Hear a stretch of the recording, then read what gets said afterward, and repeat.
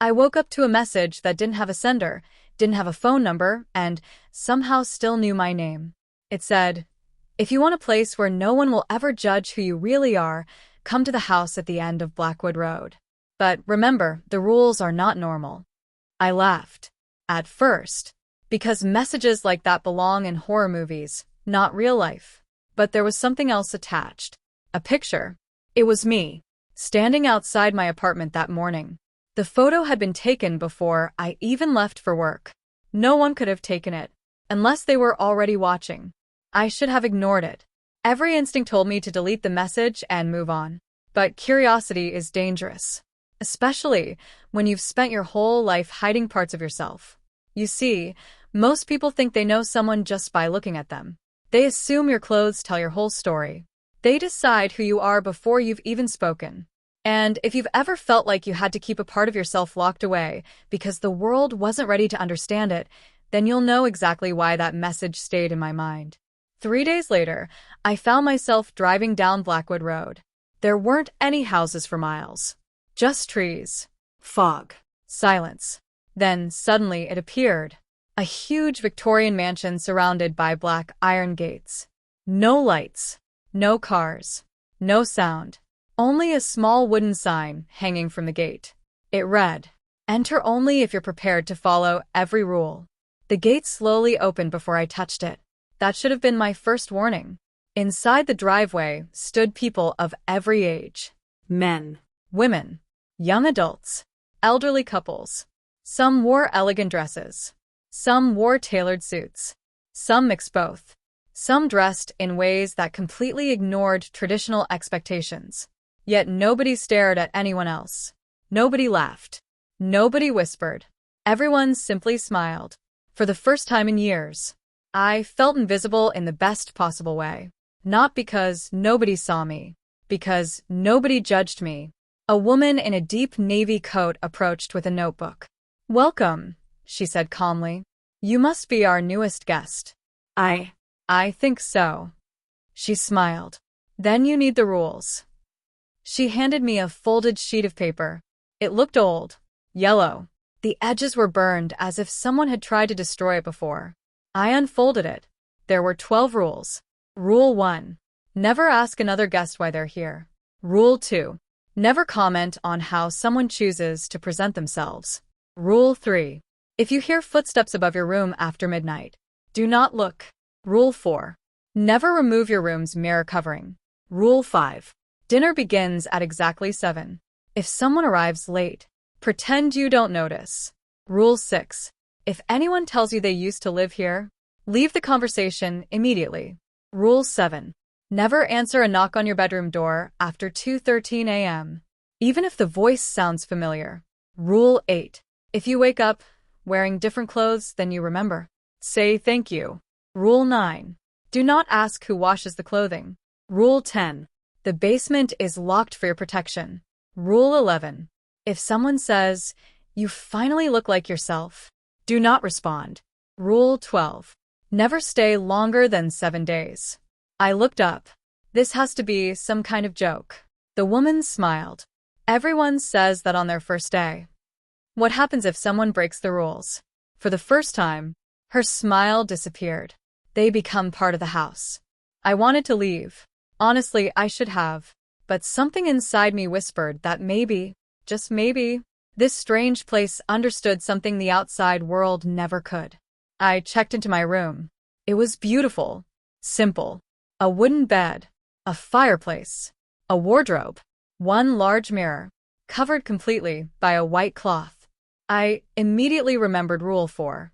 Never remove your room's mirror covering. I laughed nervously. Seriously? Still, I left it alone. That evening, everyone gathered for dinner. The dining hall looked frozen in another century.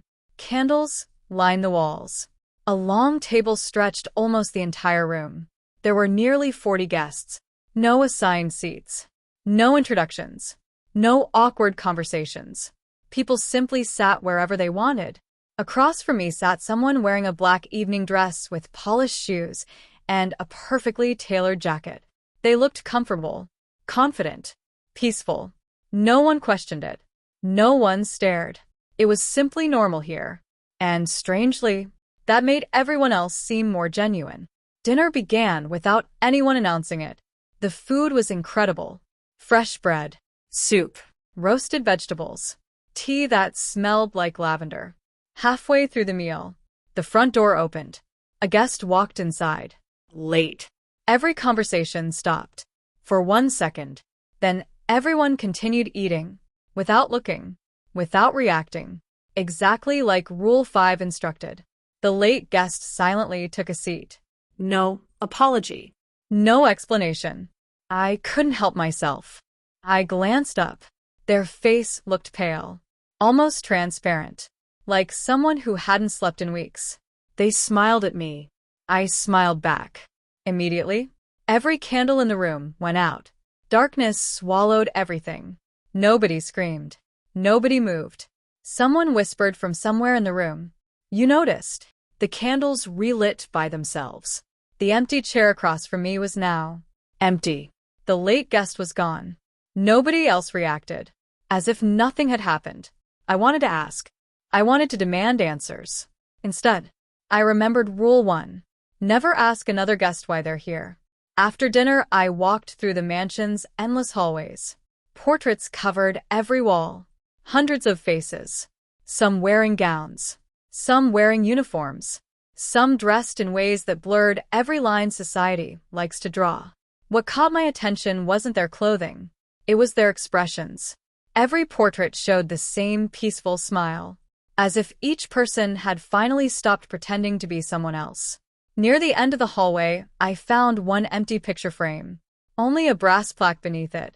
It simply read, reserved. I don't know why, but the moment I read that single word, I felt like someone behind me smiled. I turned around. No one was there, except for soft footsteps, coming from the ceiling above. Slow. Heavy.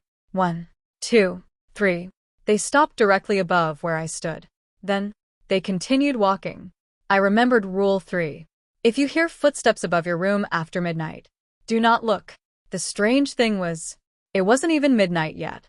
And somehow, I already knew this house had only just begun showing me its true nature.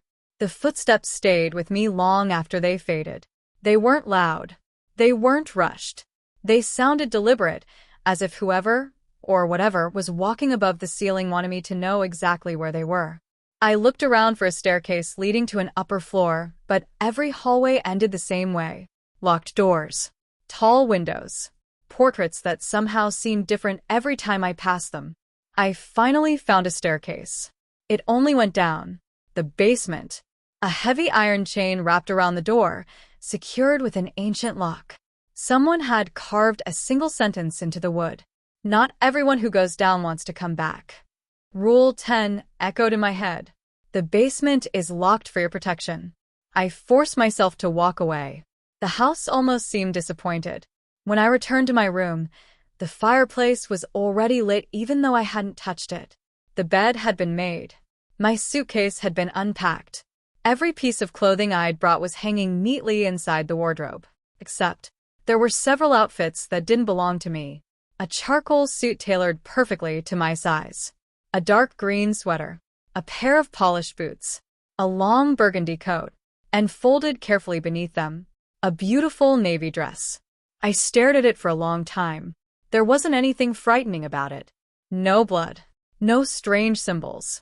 Just a beautifully made garment, as though someone had measured me without my knowledge. A small handwritten note rested on top. Only wear what feels honest. No signature. No explanation. I folded the note and slipped it into my pocket. Whoever had written it wasn't telling me what to become. They were asking a question I had avoided answering my entire life. What actually feels honest? Outside this house, people always seemed eager to answer that question for everyone else. Here, no one had asked me anything. No one cared. The freedom was almost unsettling. I closed the wardrobe. The mirror remained covered. Good. I wasn't interested in breaking rules on the first night. Around 11, I wandered into the library. It was enormous. Shelves reached the ceiling. Thousands of books. Most had no titles. An elderly man sat beside the fireplace reading. Without looking up, he asked quietly, "First night?" Yeah. He nodded. "I remember mine." "You've been here before?" He smiled without answering. "I've learned something." "What?" "The outside world spends a lot of time deciding what people should look like." I stayed silent. The house doesn't. For several minutes, we simply listened to the fire crackle. Then he closed his book. The dangerous part isn't that the house accepts everyone. What is? It notices when you're pretending. Before I could ask what he meant, he stood and walked away. Halfway across the room, he stopped. Without turning around, he said, "Whatever you do, don't answer the knocking." Then he disappeared into the hallway. At exactly midnight, every clock inside the mansion chimed together. Not 12 times. 13. Every guest stopped moving. Some closed their eyes. Others quietly returned to their rooms. No one explained why. I hurried upstairs. The hallways suddenly felt longer. The shadows darker. The portraits Different. I could have sworn several paintings now showed people looking directly at me. When I reached my room, the door was already open. I was certain I'd closed it. Inside, everything appeared normal. Until I noticed the mirror. The white cloth covering it had slipped halfway down. Only the upper corner of the glass was exposed. Just enough for me to see movement. Not my reflection. Something else. Someone standing behind me. I spun around. Nothing. Empty room. Heart racing, I grabbed the cloth and covered the mirror completely. The moment the fabric settled, the fireplace went out. Silence. I checked the time. 2:07 a.m. Only 6 minutes until Rule 7 mattered. I locked the door. Checked the windows. Sat on the bed. Nothing happened. 2:10. Still nothing. 2:11. My breathing sounded impossibly loud. 2:12. Then, Knock. 3 slow taps. I froze. Another 3 knocks. A familiar voice came through the door. "Hey." It was my brother. Except, my brother had been living overseas for 4 years. He couldn't possibly be here. "Open the door." His voice sounded tired. "I've been looking everywhere for you." Every instinct screamed at me to answer. To ask questions. To unlock the door. Instead, I remembered the rule. Never answer a knock after 2:13 a.m. Even if the voice sounds familiar. The knocking continued. softer now. Almost pleading. "You don't have to hide anymore." Silence. Then laughter. Not my brother's laughter. Something lower. Older. It moved away down the hallway. I didn't sleep. When morning finally arrived, sunlight poured through the curtains. Birds sang outside. Everything looked perfectly normal. Until I looked down. I wasn't wearing the clothes I'd gone to bed in. Instead, I was wearing the charcoal suit from the wardrobe. Perfectly fitted. Not a wrinkle. My original clothes were folded neatly on the chair. Rule 8. If you wake up wearing different clothes than you remember, Say thank you. I laughed nervously. This place is unbelievable. Then I remembered the second half. Rule 9. Do not ask who washes the clothing. A knock interrupted my thoughts. This time it was morning. Safe. When I opened the door, the woman from my first day smiled. "Breakfast is ready." I glanced down. "I didn't put this on." "I know." She wasn't surprised. Who did? She tilted her head. "You almost asked the wrong question." I caught myself. She was right. Instead, I asked, "Why does it fit so well?" She smiled. "The house has always been good at recognizing people." Recognizing what? Who they stop pretending to be. Before I could say another word, she walked away. Breakfast felt lighter than dinner. People laughed. Played chess. Read newspapers with blank pages. One guest quietly painted a landscape that looked exactly like the mansion, except there was no road leading away from it. I sat beside a young woman sketching portraits. She looked up. "May I draw you?" "Sure." She worked without speaking. 5 minutes later, she handed me the sketch. I nearly dropped it. It looked exactly like me. Yet somehow, more relaxed, more confident, like a version of myself that had finally stopped worrying about everyone else's expectations. That's not how I look. She smiled gently. "No, it's how you look here." I folded the drawing. Something about it made me uncomfortable. Not because it was wrong, because part of me wondered, what if it was right? Later that afternoon, curiosity got the better of me. I started counting doors. 1, 2, 3, 24. 37, 48, then 49. But from the outside, the mansion only had 2 floors. There shouldn't have been this many rooms.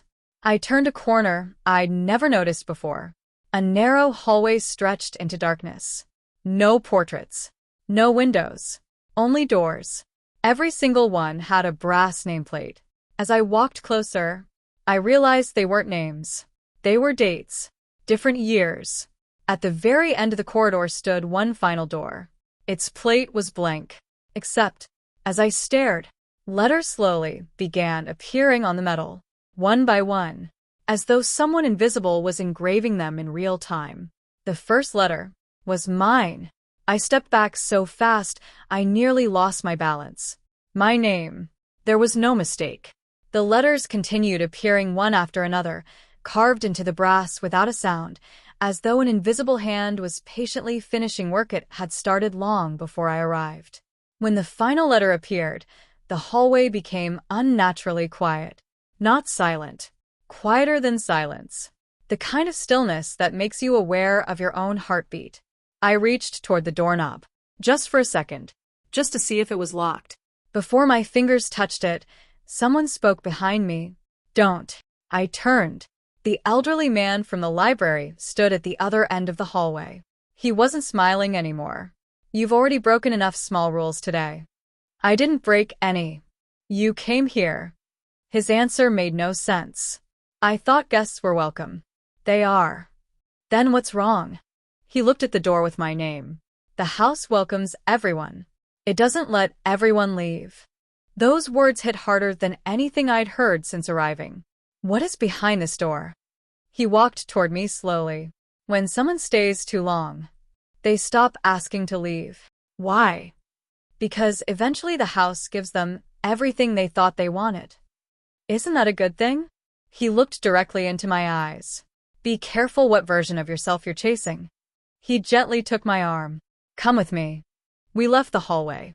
When I looked back, it was gone. Not hidden. Gone. Only a solid wall remained. No doors. No corridor. Nothing. I know what you're thinking, he said. No, you don't. I do. You think you're imagining things.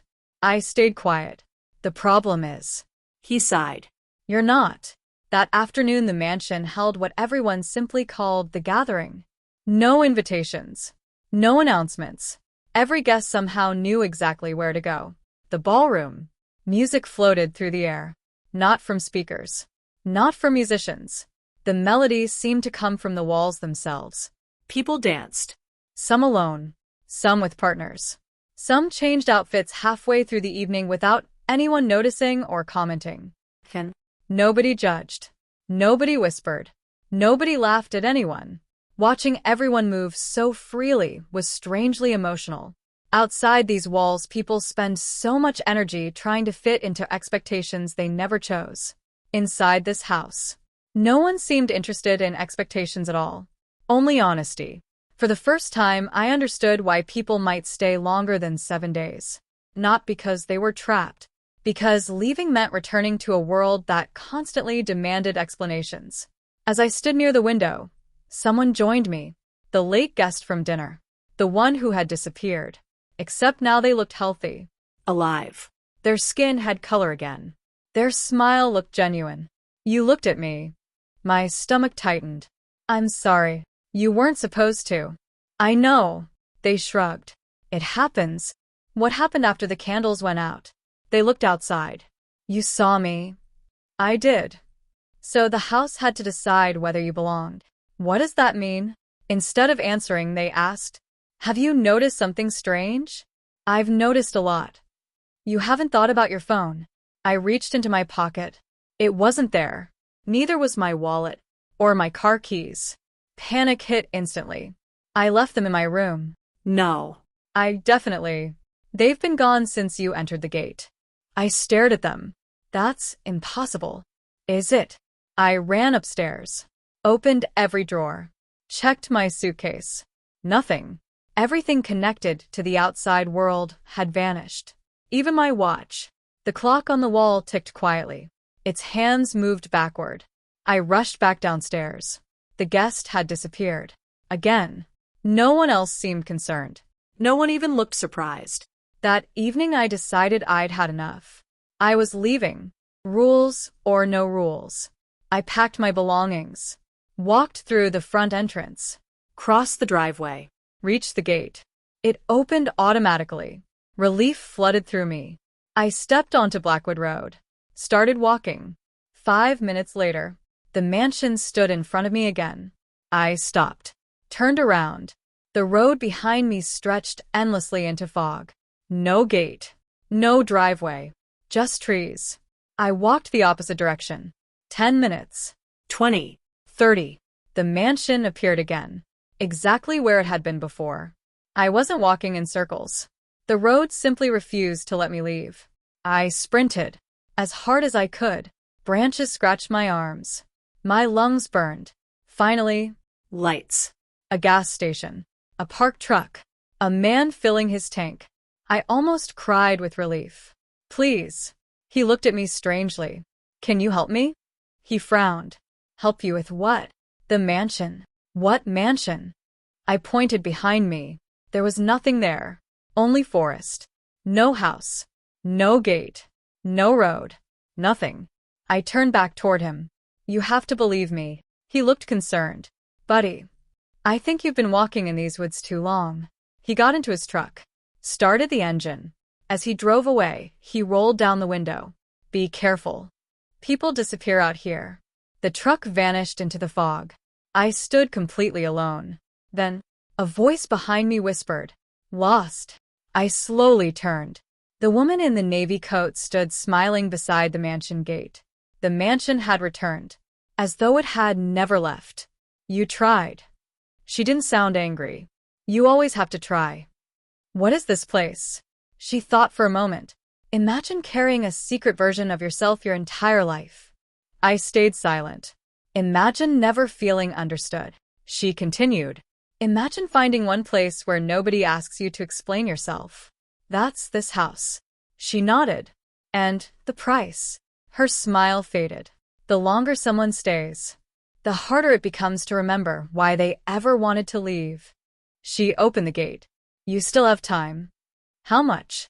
She looked toward the mansion. 3 days. I froze. I've already been here 4? She nodded. It doesn't feel like it. Time behaves differently here. That night, I couldn't sleep again. Not because of the knocking. Not because of the footsteps. Because I couldn't stop thinking about one question. What if the house wasn't changing people? What if it was only removing the masks they'd spent years wearing? Around midnight, I finally stood up. Walked toward the mirror. The white cloth still covered it. Rule 4. Never remove your room's mirror covering. I stared at it. One rule. One piece of fabric. One answer away. Slowly, I reached out. My fingers wrapped around the edge of the cloth. I knew I shouldn't. Every warning, every strange event, every impossible thing I'd witnessed told me to walk away. Instead, I pulled. The cloth slipped to the floor. I looked into the mirror. At first, I saw my reflection. Then it smiled. I hadn't. My reflection kept smiling. I couldn't move. It wasn't an exaggerated grin. It was calm, peaceful, patient. The kind of smile someone gives when they've been waiting a very long time for you to arrive. Then it spoke. Its lips moved. Mine didn't. You finally looked. The voice wasn't loud. It sounded exactly like mine. Only older, more confident, as if it belonged to someone who had lived an entirely different life. I stumbled backward. The reflection didn't. It remained perfectly still inside the mirror. You've been afraid for so long. I shook my head. This isn't real. It smiled wider. Neither are most of the roles you've been playing. The room suddenly became colder. You've spent years asking who you're supposed to be. I never. You asked every single day. Its voice wasn't accusing. It was almost sympathetic. You asked every time you changed yourself to make someone else comfortable. The mirror's surface rippled like water. Behind my reflection, dozens of people appeared. Guests. Every guest currently staying in the mansion, standing silently, watching. Not one of them looked frightened. They looked Free. The reflection raised a hand. They all did the same. Perfectly synchronized. You think this house changes people? It doesn't. It removes permission. I don't understand. You've spent your life asking permission to exist. Permission to dress. Permission to express. Permission to explore. Permission to disappoint expectations. You never needed permission. The mirror went dark. For a brief second, I saw nothing. Then another image appeared. The outside world. My apartment. My workplace. Friends. Family. Complete strangers. All moving through ordinary life. Every single one wearing masks. Not physical masks. Invisible ones. Some smiled while exhausted. Some laughed while miserable. Some acted confident while terrified. Some dressed only to satisfy everyone except themselves. The reflection whispered, "Everyone crossdresses." I frowned. What? They wear identities that don't belong to them. Different uniforms. Different performances. Different expectations. Some never remove them. The image dissolved. Again I saw myself. Only now. The reflection looked directly disappointed. The difference is, you know you're wearing one. 3 sharp knocks echoed through the room. The bedroom door. Exactly 3. 2:13 a.m. I looked away from the mirror. Silence. Then another knock. My friend. It was my childhood best friend. The one I hadn't spoken to in years. I just want to talk. Another voice joined in. My mother. I'm worried about you. Then another. My father. You can come home. Then another. Someone I'd once loved. I forgive you. Every voice sounded perfect. Every memory attached to them felt real. My hand slowly reached toward the doorknob. The reflection suddenly shouted, "Don't." The entire mirror cracked. A deafening scream echoed through the mansion. The knocking stopped instantly. Complete silence.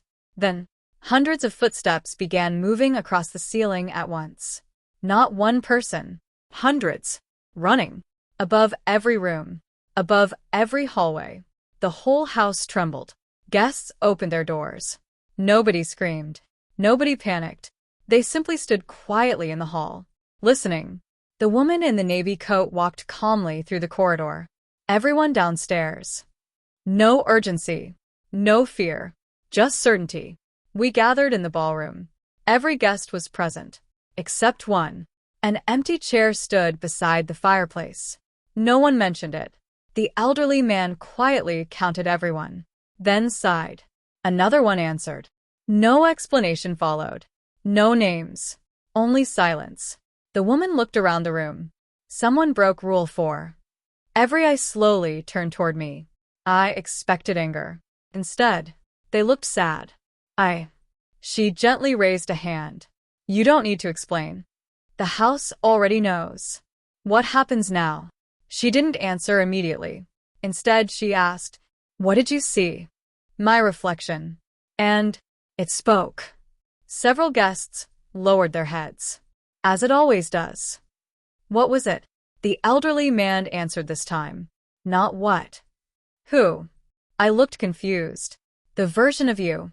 He paused. That never learned to hide. The ballroom fell silent again. He continued. Every guest meets themselves eventually. Some run. Some listen. Some stay. And some. He glanced toward the empty chair. Never come back. The candles suddenly flickered. One by one. Every flame turned blue. The grandfather clock struck once. Although it wasn't anywhere near the hour. The woman whispered, "It's beginning." What is? She looked toward the ceiling. The choosing. At first, nothing happened. Then the walls started changing. Wallpaper faded. Paint disappeared. Wood aged. The mansion looked older every second. Portraits appeared where blank walls had been moments earlier. Hundreds of them. I recognized faces. The guests. Every guest. Each portrait showed them smiling peacefully. Then, One empty frame remained, the same one I'd seen before, except it wasn't empty anymore. A faint outline had appeared. My outline, not detailed, just enough to recognize. I felt sick. No. The elderly man nodded slowly. You've been here longer than you think. What do you mean? He looked genuinely sorry. You don't remember your first visit. My heart stopped. First, you've found this house before. Impossible. You left. You forgot. You came back. I laughed nervously. That's ridiculous. Is it? He reached into his pocket, removed an old photograph, yellow with age. He handed it to me. I stared. There was the mansion, standing exactly as it does now. Several guests posed on the front steps. And there, standing in the back row, was me. The photo was dated 15 years ago. I hadn't even been old enough to drive. Yet there I was, smiling. wearing clothes I didn't remember owning, looking happier than I'd ever seen myself. On the back of the photograph, written in faded ink, were 7 words. You promised you would return someday. My handwriting. I knew it instantly. I didn't remember writing it, but it was mine. And at that exact moment, for the first time since arriving, a memory tried to come back. The memory didn't return all at once. It came back in pieces. A laugh. Rain hitting the roof. A tiny hand holding someone else's. A warm voice saying, "Remember, only 7 days." Then another image. I was younger, much younger, standing in this very ballroom, looking around in complete amazement. Someone knelt in front of me. Not the woman in the navy coat. Not the elderly man. Someone whose face I still couldn't quite remember. They smiled and asked, "What do you want more than anything?" Young me answered without hesitation, "I want one place where nobody tells me who I have to be." The memory shattered. I gasped and nearly fell to my knees. The elderly man caught my shoulder. "You remember now." I nodded slowly. "I've been here before. You stayed 6 days."